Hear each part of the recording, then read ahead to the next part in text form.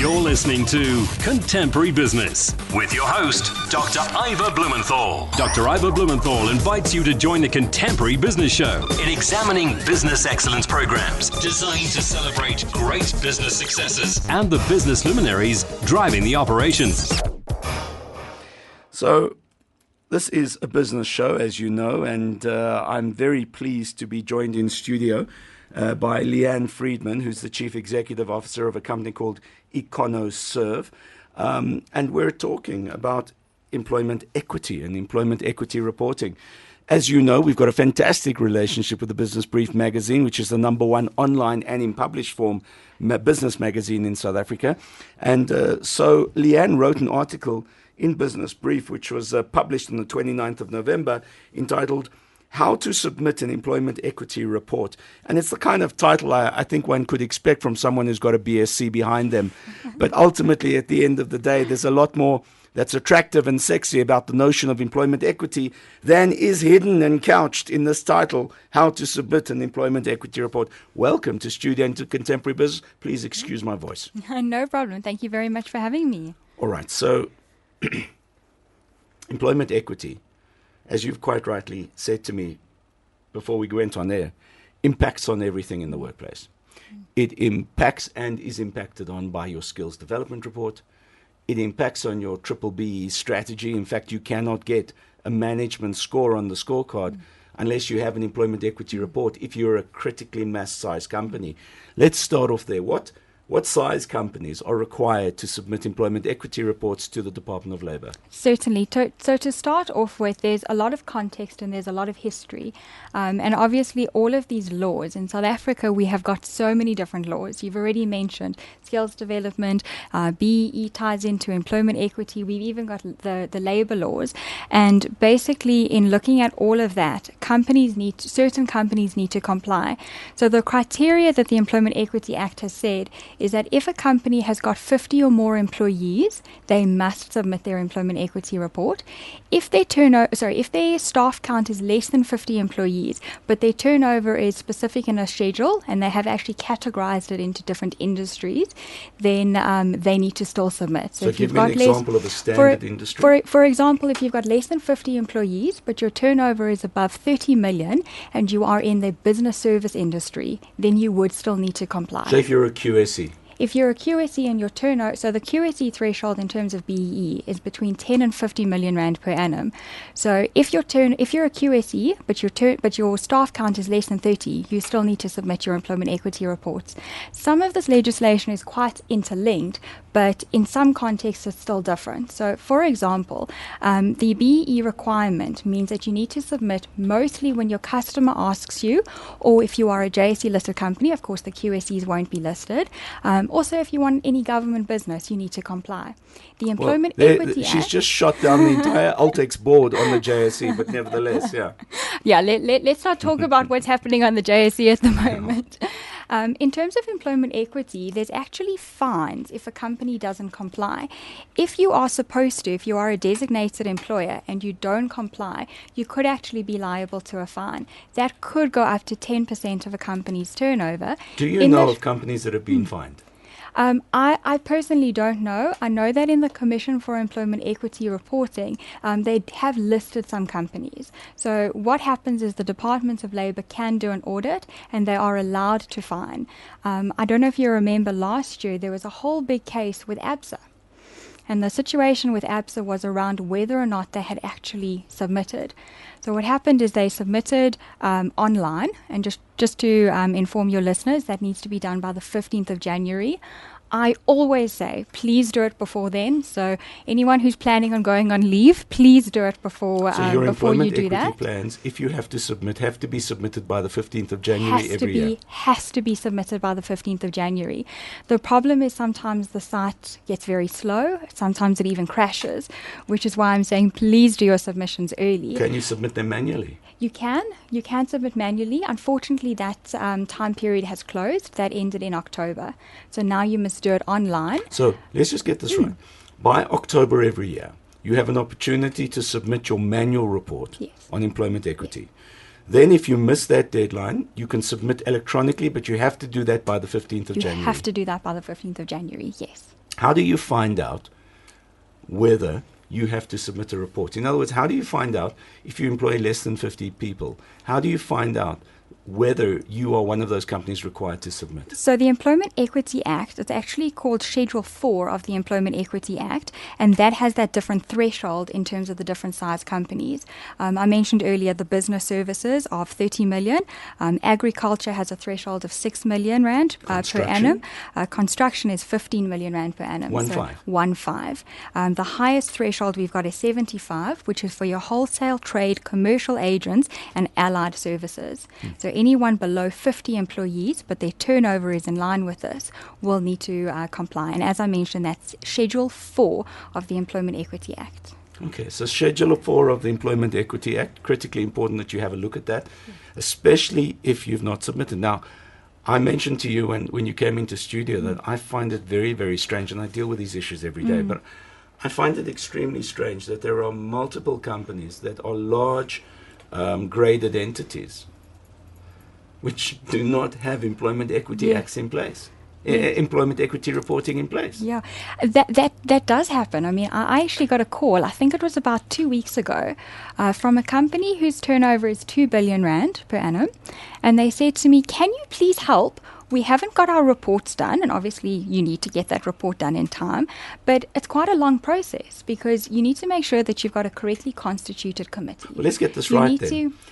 So there is a procedural directive before there is a report. Yes. There is a two-component process. Exactly. And you cannot just complete a report. Employment equity reporting and planning is not about filling in a document. No, it's not. It's not. A lot of companies think that just by doing that submission on the 15th of January that they are compliant with the Act. And the crux of the matter is the fact that you need to have a committee. You need to have a committee that's correctly constituted. That committee is responsible for looking at employment equity issues, coming up with the directive for what this plan is looking at, and to actually do the submission, you then need to sign, your CEO or your accounting officer actually needs to sign off on it. So somebody who's thinking about quickly doing a submission, you might be able to do your submission, but you won't be compliant with the Act. Okay. So I call you in and I say, Leanne, you've got 2 weeks. Yes. What do you do for me legally to make sure that I'm compliant by the 15th of January, even if it's on a provisional basis? Yeah. So step number 1 is, do we have a committee? And as I mentioned, that committee needs to be constituted correctly. So let's picture one of those really large companies with maybe 1,000 staff members. No. Let's go a different way. Let's picture a company that employs about 40 people. Okay. But meets the threshold of having to do it. And it's essentially a import and distribution company. Where do they start in selecting people, in acclimatizing and training people to participate in the committee? Yeah. Within a 2-week period. Yeah, they have to be able to do it quite quickly, and I think it's quite important that the managers are also committed to allowing their staff to even attend those committee meetings. So normally what would happen is you would have a nomination process to nominate somebody to be on the committee. The staff would need to nominate. The staff would need to nominate somebody to be in that committee. That committee needs to be broadly representative of the people who are employed. So for example, if you've got African males, you need to have at least one African male on your employment equity committee. Each demographic group needs to be there. Ultimately, that you'd look for b-bbee recognition around would need to be represented on your employment equity. Correct. What about gender? As well as gender, as well as different occupational levels.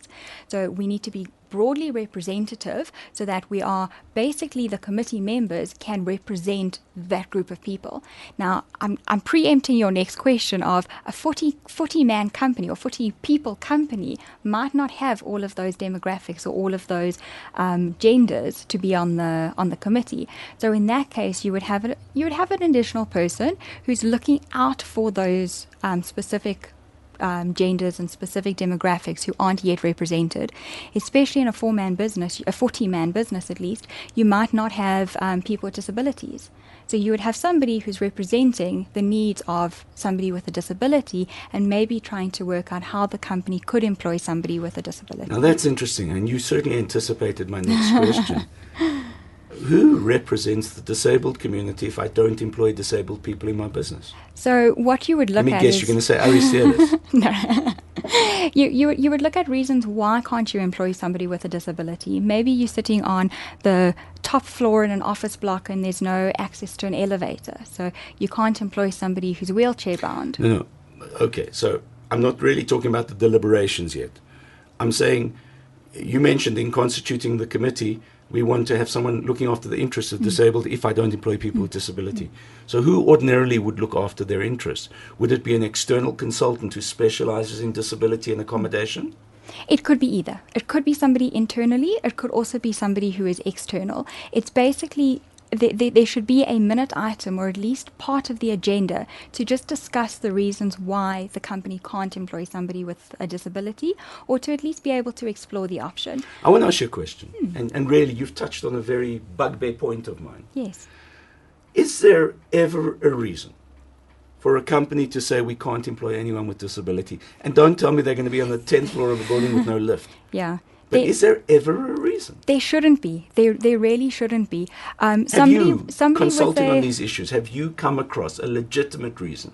A legitimate reason? I actually can't think of one offhand, because the definition of disability is actually quite broad. Where's that definition? The definition is in the Employment Equity Act, and it specifically looks at an opportunity of being able to accommodate somebody with a disability. So if I can give you a quick example, somebody who's got offices on the 10th story, and we actually had a client who somebody was sitting on the team was sitting on the 3rd story of the building, but this person struggled to get up the stairs.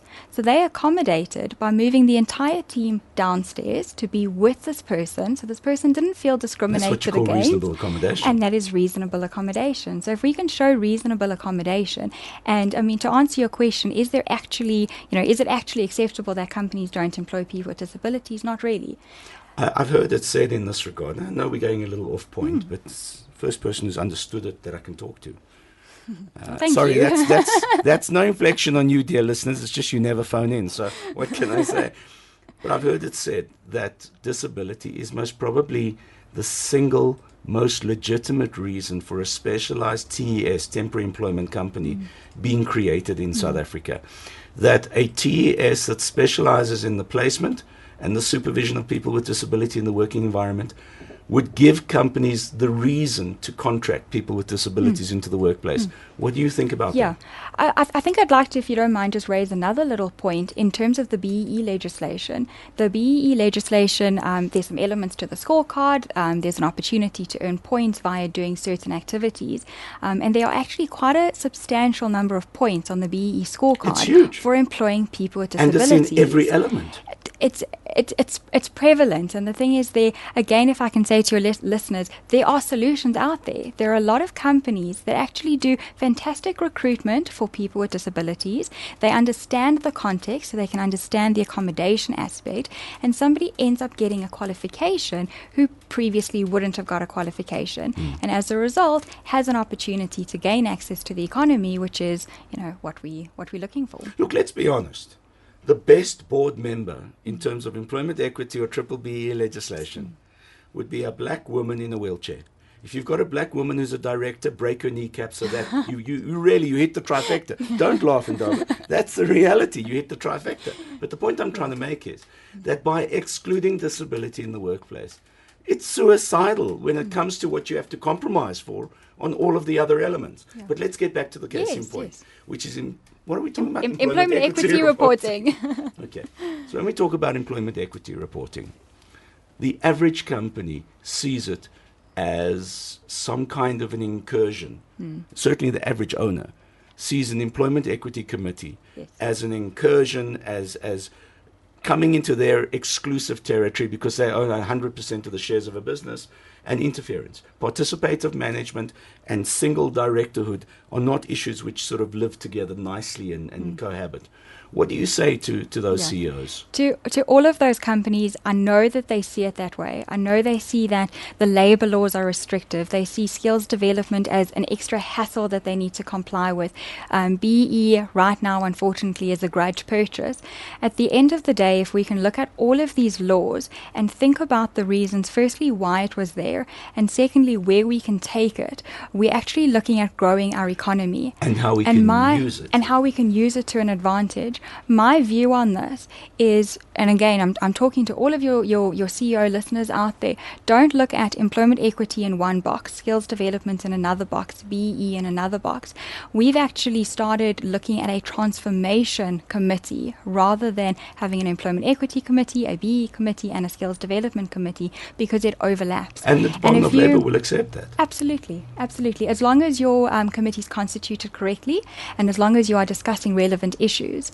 In the ways that we've done it, we've had a it's basically core members of people who form this transformation committee, and then brought in other members for certain parts of the meeting and excluded other members where they don't need to form part of the meeting. But what you are doing is you are looking at transformation as a whole. And when you start making business sense out of it, your employment equity impacts on your skills development. If you don't have black people, that's defined as African, colored, and Indian people who are South African citizens. If you don't have those people to train, you can't transform your skills development. If you don't do skills development, you can't transform your management control. And by management control, I'm talking about your junior staff members being trained up, promoted to middle management, your middle management staff members being trained up again and being promoted to senior management. So it's a very inclusive view. And of course, all of these activities I'm talking about actually at the end of the day give you BEE points. It's a very difficult situation for companies which have had a culture of 10 or 20 years of business of doing things their way. Yes. And for CEOs who, let's be honest, majority of CEOs are megalomaniacs. That's why they're so successful at what they do. Yes. They certainly are not a participative management kind of a person. It's just not in the psyche of the average CEO in this country. Sometimes they're forced to be a la Christovisa, but that's a different issue. So the point I want to make to you, though, is how much does it cost? How much does it cost? Wow, interesting. Okay, so all of the BEE targets are based on the company's progress. So what is your payroll? What is your profit after tax? How many employees you have? So the bigger companies obviously need to spend more in terms of skills development and enterprise and supply development to actually reach a compliant level. I think it's a fair way of looking at it rather than saying everyone needs to spend the same way. So give me a company that's doing 135 million rand a turnover that employs 40 people. Okay, so if their payroll, I'm just going to guess a payroll over here of maybe 20 million, they would need to spend 6% of 20 million in order to get the majority of the points on their BEE scorecard. That's BEE. That's BEE. The Employment Equity Act, there's no cost to it. I suppose the only cost to it is actually the time, or my cost. It's the time of the people who are maybe out of production into this meeting. But I'd also like to point out that the fact that you have this meeting should also increase productivity, because employees want to see that their employers are engaged and that they are committed to transformation. The most successful companies are companies who will embrace change. And I also wanted to point out that 20 or 30 years ago, I might be shunned for this, but we didn't have cell phones, we didn't have emails, and the way of doing business was face-to-face. The way of doing business was writing a letter and posting it. I probably wouldn't post anything nowadays, but business has also changed. While we're talking right now, we've got cameras on us, which is going to be posted on social media, which we didn't have years ago. So in a way, we've got to embrace that change, and we've got to implement that change in a sustainable way that should be growing our business and growing the economy. So let me introduce you to Leanne Friedman, our next Minister of, I don't know what, diplomacy. You haven't answered my question. I don't know. My question is this, from beginning to end, and I know it's a bad question to ask, because really, how long is a piece of string? But going into a company that should but isn't, how much is it going to cost, roughly? How much is it going to cost that company? It is difficult for me to give an answer, because it does depend on what the profit of that company is and what their payroll is, as well as how many people are going to be on that committee. So if anything, I'm going to say to you, in terms of employment equity, there is no cost, because it's the amount of having a meeting. What is it going to cost to get them to be compliant? To be BEE compliant, or no, to be to get them to be employment equity compliant? Now you've got me quiet on air, which is a really bad thing for you. You are on air. I've got you on edge. It's a different point. I must admit, I can't remember all of my pricing just at roughly. the moment. I mean, there's a guy out there. He's got a company where he employs 40 people. He's doing a turnover about 140 million a year. His net profit is, let's say, around 3-4 million a year. But he has to start budgeting because he can't get his BE points unless he's got an employment equity report in place. Yes. The fact that he's not submitted for 10 years is really bad for him. Problem. So he needs your services. Yeah. What's it going to cost him? What does he have to budget to be compliant? So you said I was going to be Minister of Yes, Diplomacy. communication, There we go. communication. So what I'm going to say is, for any of your listeners who want to find out, so maybe give us a call on 011-483-1190. I am going to spend the next year with this woman, and I promise you I will come back to you with a price, dear listeners. Leanne Friedman's been absolutely fantastic talking to you. How do people get hold of you? Probably best is to either phone us or to visit our website, Which is EconoServe. EconoServe, no E on the end, so it's ECONOSERV.co.za. Or if you want to embrace technology and tweet me, my Twitter handle is @EconoServeLee. EconoServe me? EconoServe Lee. EconoServe Lee. Yes. How do you spell Lee? LEE. Okay. Leanne Friedman, it's been fantastic having you in studio. I can now see why James Scott got you to write the article for Business Brief. I hope you're going to start dealing with issues of disability and real issues rather than convenient issues in your forthcoming articles. But thanks for being on Contemporary Business. Pleasure. Thank you so much for having me. You're listening to Contemporary Business. Contemporary Business. Contemporary Business.